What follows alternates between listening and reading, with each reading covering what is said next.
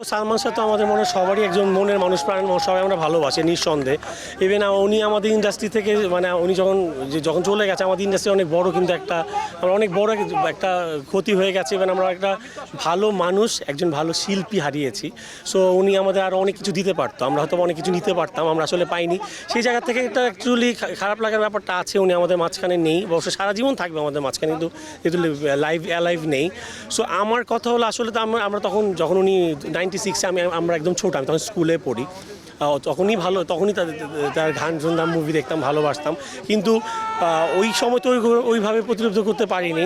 So আমি emotionally একটা কথা বলবো, মানে আমরা যদি তখনকার ব্যাপারটা কিছুই জানি না, আমরা তখন ছোটো ছিলাম। বাট সালমান শাহ স্যার যদি আত্মহত্যা না করে থাকে, এটা যদি হত্যা মামলা হয়, আমার মনে এটা উপর আল্লাহ থেকেই একটা কখনো সিগন্যাল পাবে। এবং আমি চাই উনি যদি অন্য কারো মানে দ্বারা ওনার ক্ষতি হয়ে থাকে, এরকম অপমৃত্যু হয়ে থাকে, এটার জন্য অবশ্যই বিচার হয়। এটা এখন সে যেই হোক, তদন্ত মেইন ব্যাপার, যেহেতু আরেকটা টার্ন করেছে আরেকটা দিকে, তদন্ত হবে। এবং সবচেয়ে একটি বিষয় ক্লিয়ার করতে চাই যে আমরা সালমান শাহ আমাদের কাছে আমাদের অহংকার, চলচ্চিত্র শিল্পী সমিতির সে একজন গৌরব। আমরা তাকে সত্যিকারের সুপারস্টার সে, এবং এই সুপারস্টারের ন্যায্য বিচার হোক, হত্যাকারী কেউ হয়ে থাকলে বেরিয়ে আসুক, তাদের শাস্তি হোক, সালমান শাহের আত্মা শান্তি পাক, এই প্রত্যাশা বাংলাদেশ চলচ্চিত্র শিল্পী সমিতির রয়েছে, স্পেশালি আমারও রয়েছে। আদালতের যে কোনো সিদ্ধান্তে আমি আস্থা রাখি, এবং যে কোনো হত্যাকাণ্ড, সেটা আমাদের মহানায়ক সালমান শাহই হোক বা যে কোনো হত্যাকাণ্ড, সেটা সুস্থ বিচার হওয়া উচিত। যে কোনো আইন বহির্ভূত যে কোনো কাজই বিচার আওতায় আসা উচিত। এবং যেই দেশের বিচার ব্যবস্থা যত স্বচ্ছ হবে, জাতিগতভাবে আমরা তত উপকৃত হবো আমি মনে করি।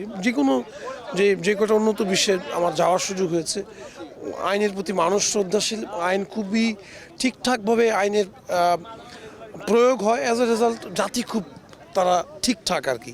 তো আমি মনে করি আমাদের সালমান শাহ, যেটা আপনি বলছিলেন, শিল্পী বলেন, আপনার জনতা বলেন, সবার কাছেই একটা আবেগ সালমান শাহ, একটা এরা।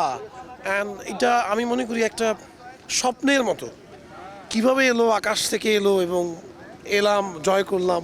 তো এরকম একটা মানুষের সাথে যদি কোনো অন্যায় হয়ে থাকে, সেটার বিচার হওয়া উচিত।